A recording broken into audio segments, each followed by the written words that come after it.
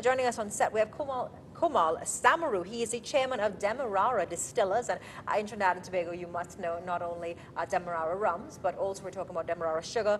Komal is an executive chairman of Demerara Distillers, one of the leading rum producers in the Caribbean. He's been instrumental in spearheading the company's development over the last 46 years, holding key positions including managing director, vice president, and also heading international marketing. And we're talking about the challenges for the Caribbean sector, the Caribbean business leader. Good morning, Mr. Good morning. How are you? I'm very good. Good to be here. Now, Mr. Samuel, let me ask you the first question. In terms of Caribbean business leaders, what is the top question on their mind today as we move forward?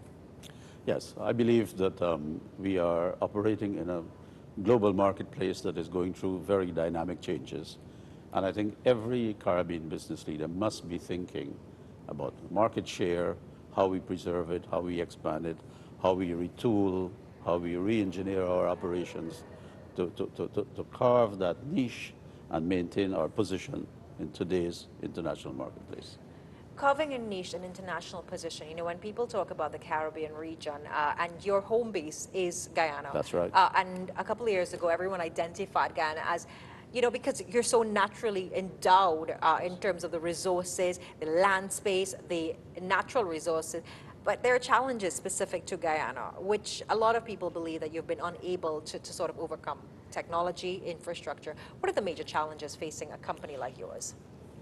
I believe that, you know, we evolved out of a colonial period whereby the economy was based on commodities. And moving a commodity-based economy to one that competes in an open market space is a huge challenge. That, coupled with our political instability, I believe, over the years, has resulted in a lack of focus and the partnership between the government and the private sector that is necessary to really transform the economy. I believe that over years, it has happened, but not at fast enough a pace as it should happen in order to bring about, to realize the true potential of the economy. Now, you know, the Caribbean region, you talk about financing, you talk about confidence as well. Is it, do you think that Caribbean business leaders are not confident in our market and our ability and taking our brand forward? I believe there are several challenges that one has to face. I think certainty in policy is one. The CARICOM movement, creating a single market space, has not moved ahead as it should have. When one compare what has happened in the Caribbean and what has happened in Europe, for example, our home-based markets are so small that it does not give us a strong enough base to compete in a global market space. And the CARICOM movement has, at best, you know, not been moving at the rate it should be.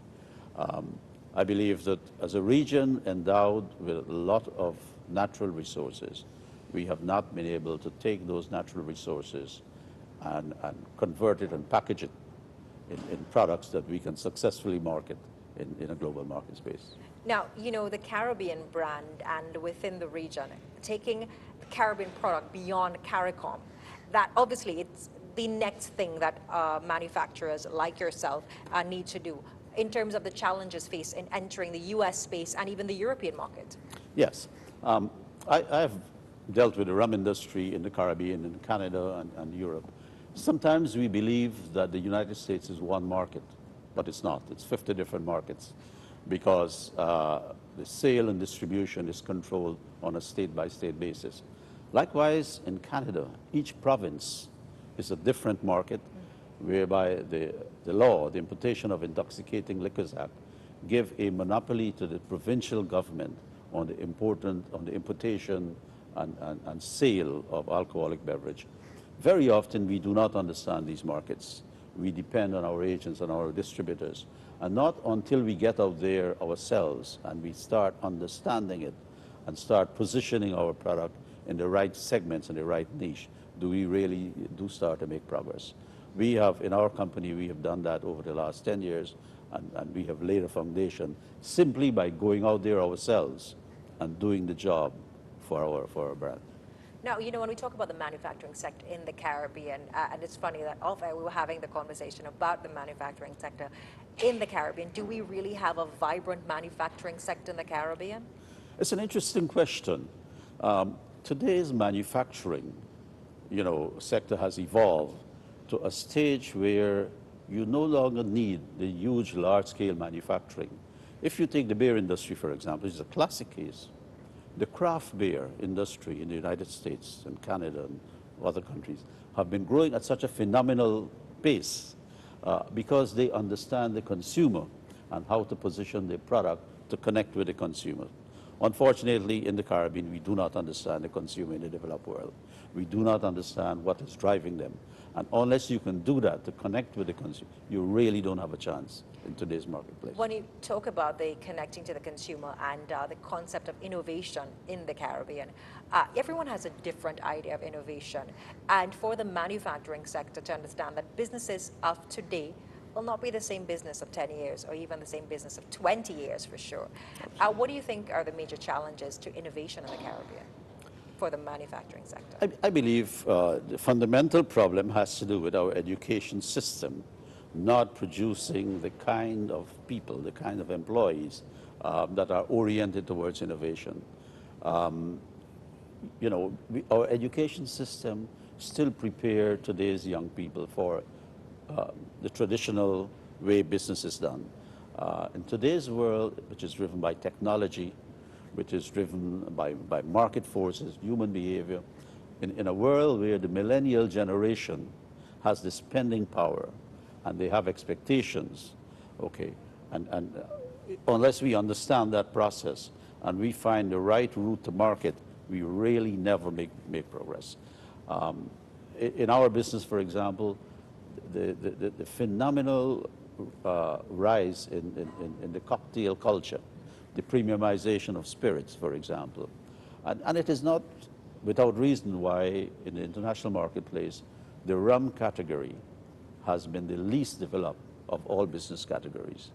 The whiskey category has been developed, the vodka category, gin, but rum, which has traditionally come from the Caribbean, we have not done a good job in presenting our product as premium as any other spirit. And that is, has come from the fact that we have evolved out of commodity business. We depended on the rum merchants in the developed world to create brand, and we did not do it in the beginning. That has changed. We are all now out there positioning our brand, creating new products, giving the consumer a choice, a wider choice. Looking at the wider choice, also off-air is asking in the discussion about can we really see that we have a vibrant manufacturing sector or even a manufacturing sector that is strong enough to be considered a sector in the Caribbean, because you look at the resources, you look at the composition of some of the items coming out of the Caribbean, and a lot of it is from imported raw material. This is true because we are not focused on adding value to our indigenous raw material. We have not had a manufacturing strategy or an industrialization strategy that takes our local indigenous raw material and add value ready for the consumer. I can refer to Guyana, for example. We are huge exporters of, of logs, which goes to another country where the value is added. Why can't we add value? And why is it so hard? Why is it so hard to make that connection, to create a holistic value chain? And I believe in the case of Guyana, I think the energy cost has been one of the inhibiting factors. And I know efforts have been made in the past to integrate Guyana and Trinidad in terms of raw materials coming. But somehow it's just not been able to come together. I don't have an answer for that one. In terms of the conference today, I know that you are one of the presenters and addressing the audience. What do you want them to take away when they finish hearing your presentation? Yes. The rum industry is one of the oldest industry in this region. It came out of the sugar industry. And we have been producing rum since the 17th century. The sugar industry, as you know, in Trinidad no longer exists. So how does the rum industry survive in an environment in which the sugar industry no longer exists? And how do we go out there and create the market space for our Caribbean brands of rum? I will develop today the argument of the understanding that we have that has helped us to do that successfully so far. Understanding our success stories and moving what is the one major challenge that we still face, that you face as a major manufacturer, and the one piece of advice you will tell every Caribbean leader that, hey, we have to get this right now, Yes. otherwise we will be left behind? It's people, people, people, and training, training, training. In our company, we train nonstop because the education system do not produce somebody ready for that job. Understanding the deficiencies of the education system. We take a short break. When we come back, we'll have more for you.